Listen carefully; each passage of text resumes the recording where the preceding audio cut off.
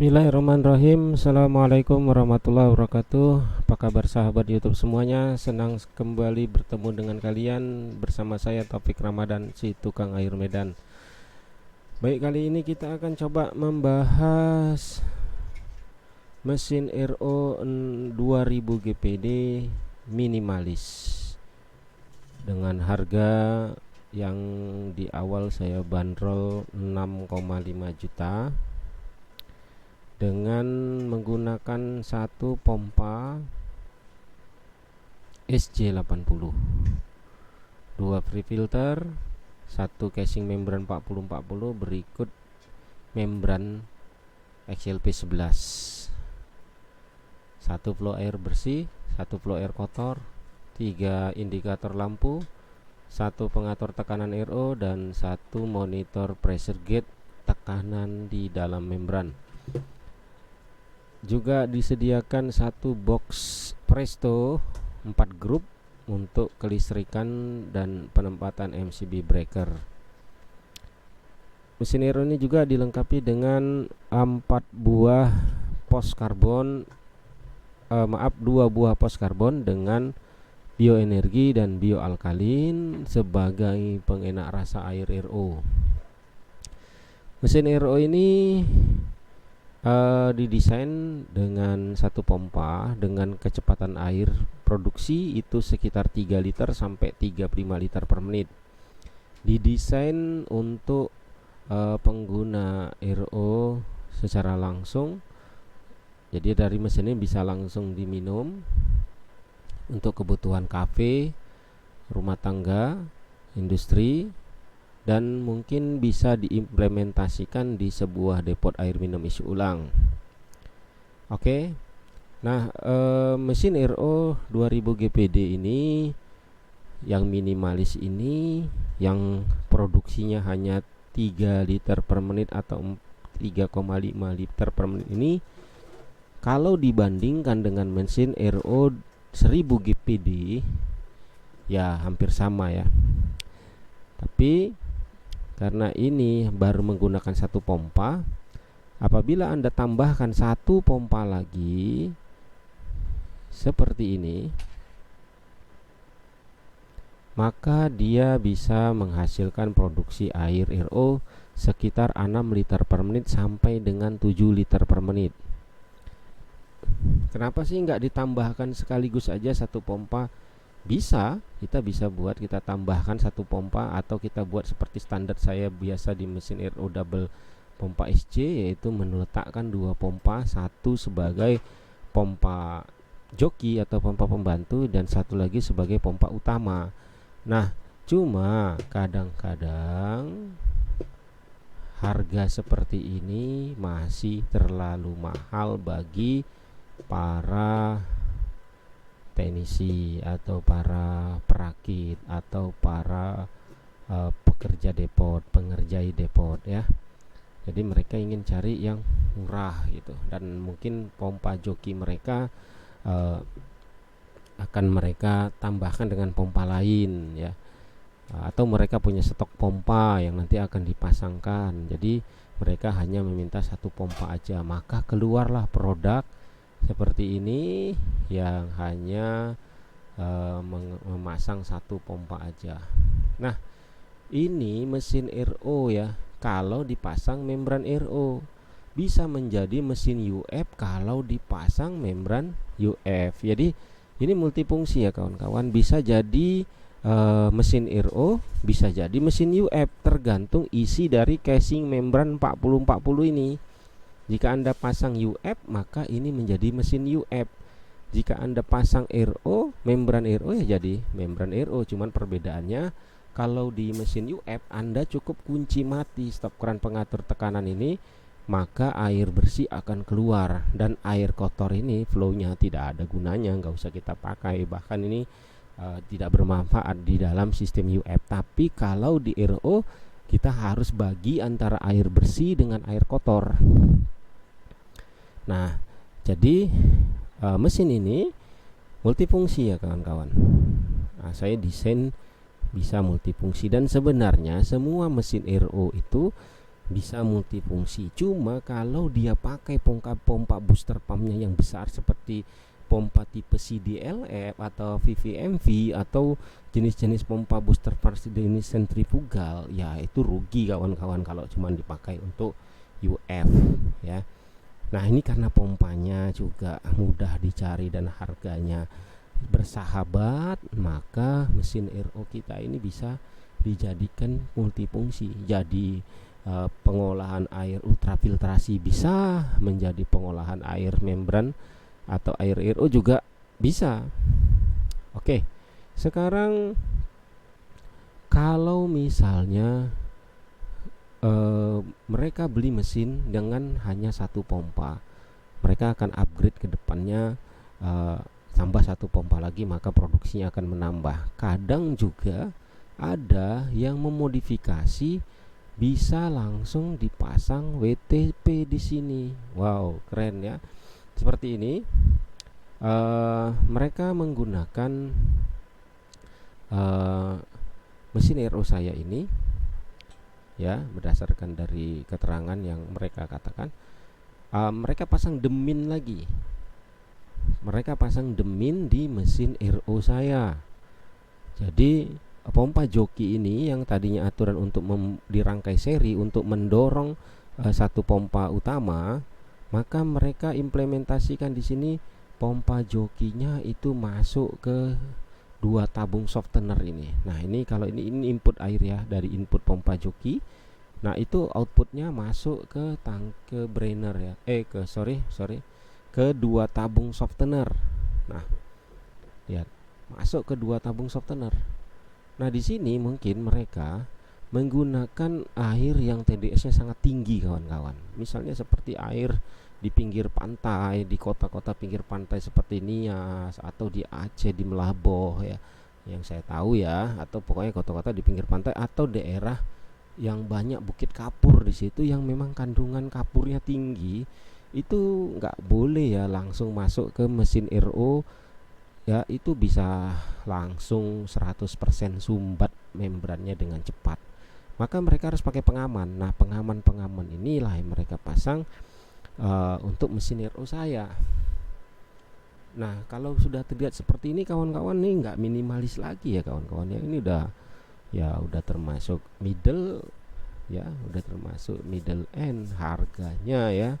Ya dua softener aja sudah berapa kawan-kawan? Satu softener aja itu 2 sak resin kation. Nah ini pasti harganya udah hampir sama, itu sekitar 7 juta sampai 8 juta ya, tambah dengan mesin RO saya. Nah mereka untung-untungan di sini. Andainya di demin airnya turun sangat drastis, sudah seperti sama dengan air RO, maka di tabung ini mereka nggak pasang lagi membran, tapi mereka langsung pasang aja UF.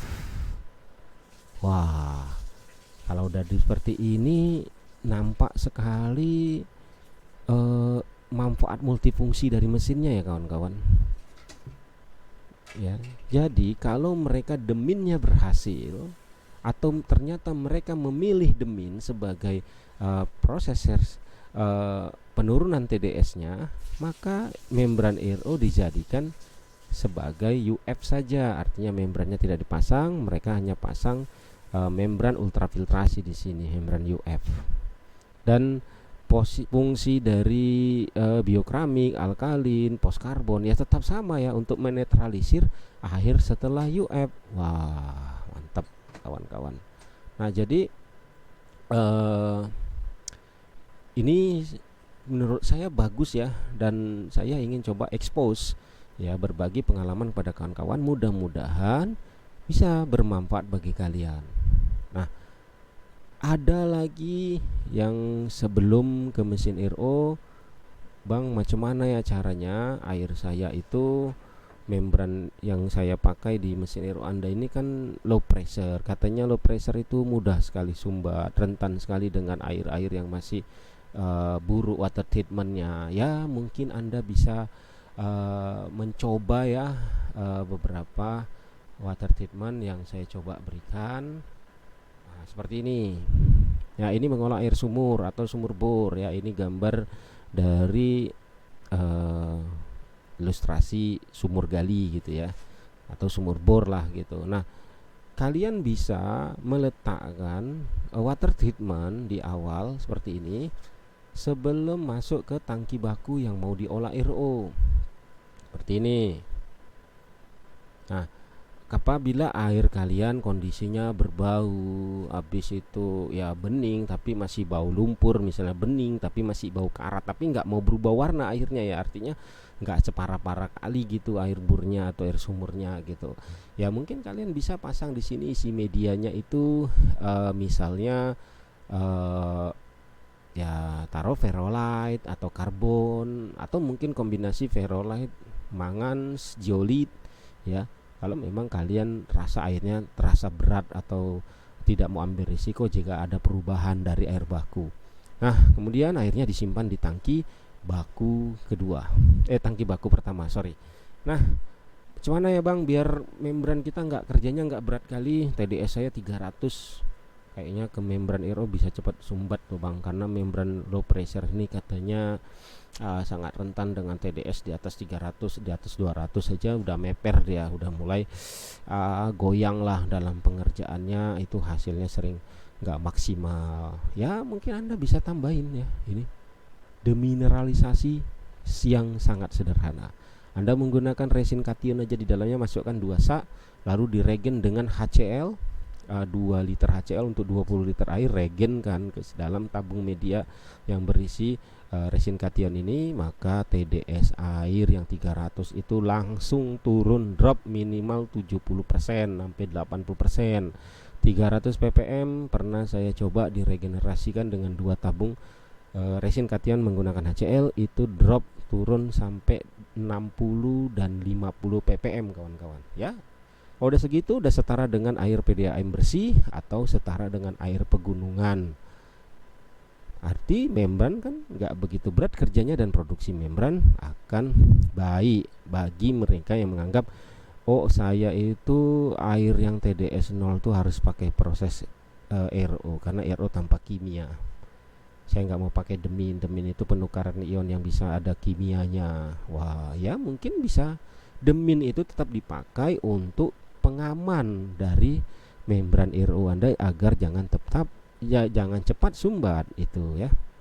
Kemudian ada lagi Bang, saya sudah punya water treatment, air saya sudah bersih, tapi TDS airnya itu loh yang saya rasa saya pun kurang suka pakai RO Bang. Maunya saya itu pakai yang sistem demineralisasi. TDS air apa saya bagus 30-40. Sementara listrik di rumah saya cuma 900 watt. Kalau pakai RO itu kan minimal 1300.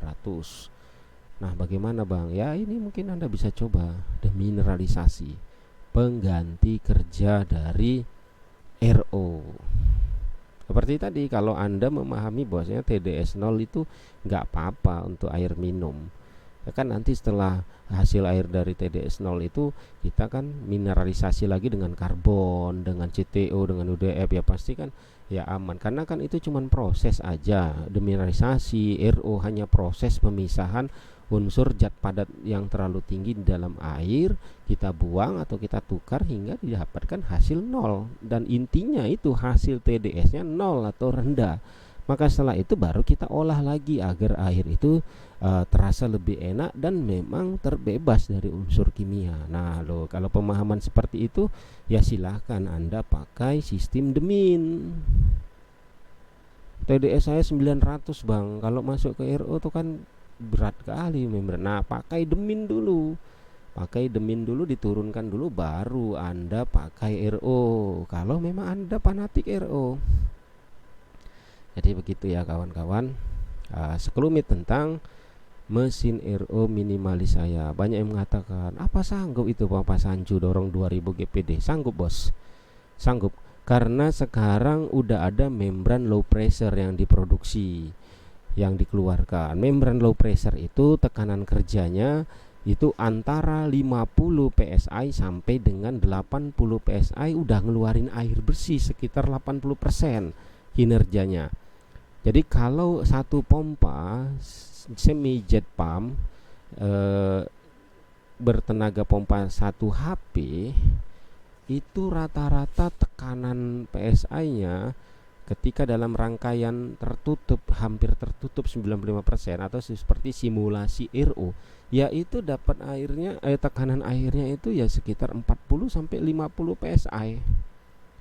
Nah, 40-50 PSI udah dapat setengah kerja dari membran low pressure, bos. Jadi kalau membran low pressure 2000 GPD itu sebenarnya secara teoritis cuma 6 liter per menit produksinya. Kalau kita menghitung 1 galon 1 GPD itu adalah 3,7 liter. Nah, kalau kita pakai 2 pompa berarti kan sudah dapat kita tekanan kerja sekitar 80 sampai 100 PSI. Nah, 80 sampai 100 PSI itu ya udah kinerja membran low pressure 2000 GPD. Ya pastinya 100% kita sudah bisa mendapatkan hasil kinerja dari membran low pressure ini. Jadi dapat antara 6 sampai 7 liter per menit. Nggak percaya? Ya coba aja. Kan saya bilang hanya khusus untuk membran low pressure. Dan ini solusi bagi mereka yang ingin punya mesin RO tapi low budget. Ya, listriknya juga rendah, pangsa jual juga belum mapan, belum tinggi, belum bisa bersaing, harga jual masih ancur kalau kita katakan 4.000 rupiah per galon atau 5.000 rupiah per galon. Ya kalau pakai mesin RO yang besar, pakai pompa sentrifugal seperti CDLF multistage itu ya nggak sanggup. Membrannya harus pakai high pressure, pompanya harus gede, harus jokinya juga harus besar, listriknya lagi apalagi, Masya Allah. Nah ini mesin-mesin RO seperti inilah solusinya di zaman now ini. Di zaman orang mau pada hemat, para pembeli mau beli air dengan harga yang murah tapi kualitas bintang 5. Ya ini solusinya kawan-kawan. Nah saya coba mengikuti kemauan pasar.